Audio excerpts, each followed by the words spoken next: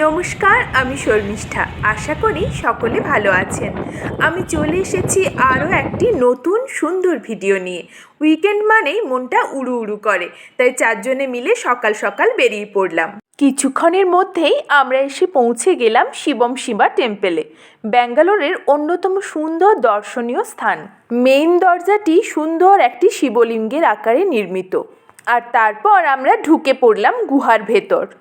প্রবেশের মুখে রয়েছে একটি বিশাল বড় ঘণ্টা, আর অনেকগুলো সিঁড়ি দিয়ে আমরা নিচে নেমে গেলাম। এবার এটা আর বিরাট লম্বা এই গুহাটি দেখে মনে হবে ঠিক যেন পাথর কেটে কেটে বানানো।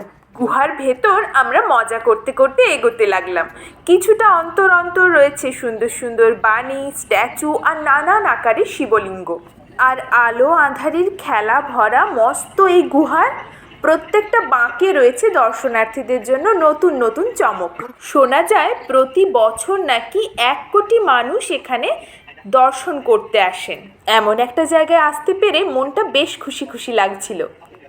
যদিও এটা পাথর কেটে বানানো গুহা নয়, কিন্তু ফিলটা ছিল একদম অথেন্টিক। ওল্ড এয়ারপোর্ট রোডের এই মস্ত শিব মন্দিরটি দেখার ইচ্ছা আমার বহুদিনেরই ছিল। রাস্তাটা শেষ হতেই টিকিট কাউন্টার থেকে আমরা টিকিট কেটে যেখানে ঢুকে পড়লাম, সেটা তো রীতিমতো একখানি মেলা। কি নেই সেখানে, কে বলবে এটা মন্দির প্রাঙ্গণ?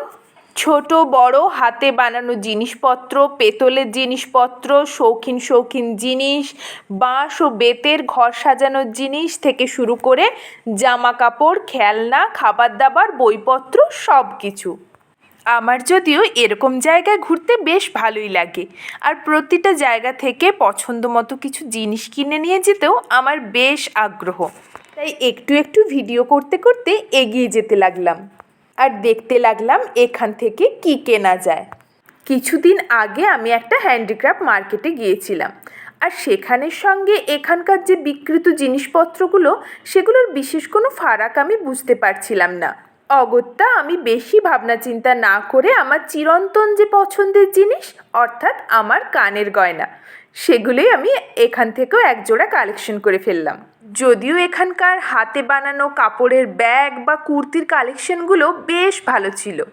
দাঁড়াও, তোমাদেরকে একটু সামান্য দেখিয়ে দিই। এই দেখো, বেশ সুন্দর না কালেকশনগুলো? আমার তো বেশ ভালো লেগেছিল। তবে আমার যেটা মনে হচ্ছিল, এখানকার জিনিসপত্রগুলোর দাম একটু কিন্তু বেশি। তবে এখানে রাজস্থানী ব্যাগের যে কাউন্টারটা ছিল, তার কালেকশন কিন্তু অনবদ্য ছিল, সেটা মানতেই হবে। এরকম জায়গায় আমাকে ছেড়ে দিলে ঘন্টার পর ঘন্টা আমি অনায়াসে কভার করে দিতে পারি।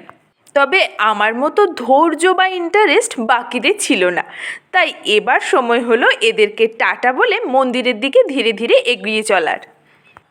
দীর্ঘ পথ পেরিয়ে অবশেষে আমরা এসে পৌঁছাতে পারলাম ব্যাঙ্গালোরের সুউচ্চ শিব মন্দিরের মূর্তির একদম পাদদেশে। প্রায় 65 ফিট অর্থাৎ 20 মিটারের কাছাকাছি উচ্চতা বিশিষ্ট সুদীর্ঘ এই শিব মূর্তির মাথা থেকে অবিশ্রান্ত ঝরে পড়ছে জলধারা, আর তার সঙ্গে মানানসই অসাধারণ আবহ নির্মাণ। সব মিলিয়ে দারুণ নিরিবিলি প্রাণবন্ত একটা পরিবেশ। প্রতি বছর শিবরাত্রির দিন এখানে অগণিত মানুষের ঢল নামে। আমরা যদিও আজ ফাঁকায় ফাঁকায় অনেকটা জায়গা সুন্দর করে ঘুরে নিলাম, আর তার সাথে সাথে তোমাদের সাথেও শেয়ার করে দিলাম। কেমন লাগলো জানিও, আর তার সঙ্গে টাটা, দেখা হবে অন্য